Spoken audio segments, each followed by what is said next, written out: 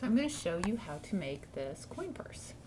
So it's just single crochet and sewing on a button, and it's big enough to hold your money folded up, or credit cards or coins. So that is the finished product. So you start by, first of all, when you make your slip stitch, you leave a very long chain. Now the reason I do this, and it's up to you, is because then you don't have to weave in those ends when you bring in another piece of thread. But it's completely up to you, because it can be a little bothersome to deal with a long chain. I did put just a little kind of long slip stitch there, just to kind of tell me that this is my tail and this is my working end. So what you're going to do is do 13 chain stitch, and that's going to be 12 plus your turning chain, and you are going to so you've got your loop on your hook and this, and you're going to pull through, pull through, pull through.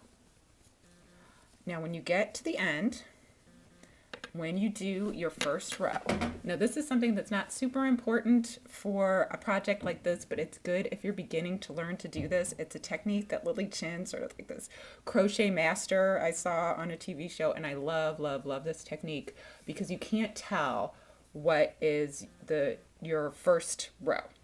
So instead of going in to the side here, you're going to go into this bump right here and here, if you can see it. Okay, so you're going to go into the bump, and I'll show you when I do a few. It looks different than what it normally does when you do it through the side. Okay, so here's my end that I'm working on, that I'm finishing, single crochet end, and here is the other end, and you can't tell the difference. And it's sometimes the end with your chain stitch, it gets a little tighter too. This makes it loose. It's the same sort of stretchiness. So anyway, that's just a technique. Again, if you're beginning, that might not be something that you want to mess with, but it's a nice thing to try out. So what you're going to do then is you're going to work 29 rows of 12 plus your turning chain. So up, up, up, up, up, up, up. Okay, now this is my 30th row. And that you're going to have 30 rows total. I've gone in 6. So turning chain plus 5. And then I'm going to go right here, and I'm going to do 3 chain stitch rather. 1, 2, 3. And this is going to be the hole for my buttonhole. And then you're going to skip this one, this 7th single crochet, and then you're going to go 1, 2, so you're going in through just like a single crochet in through, grab it, 2 loops there,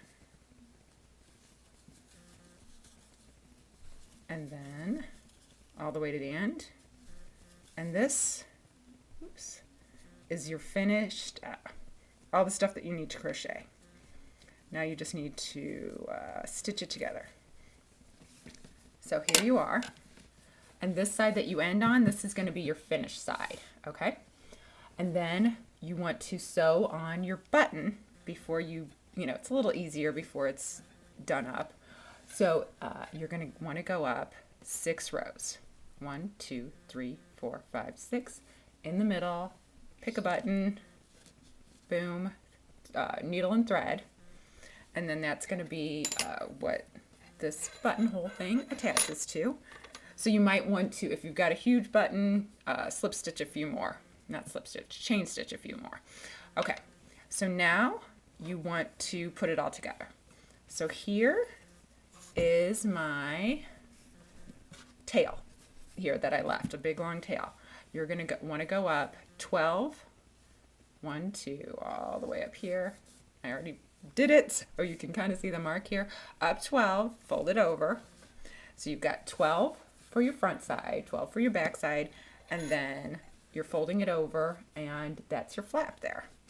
So your tail, I'm going to take it and you're either going to use a yarn needle and just whip stitch it and take it across the bottom and whip stitch it up the front, and then you can weave in your ends, and then you've got your coin purse all done. Or you can slip stitch so that you don't need to, if you don't have a needle, this is what you can always do. Okay, so you're going to go through, so here's my tail again. Go through one side and the other side so that you're putting these sides together. It's actually, wait a minute, let's move it, turn it around a little bit. One side, and you're going to do roughly 1 slip stitch per row of single crochet. Okay, so you're going to go all the way down the side to fasten these together.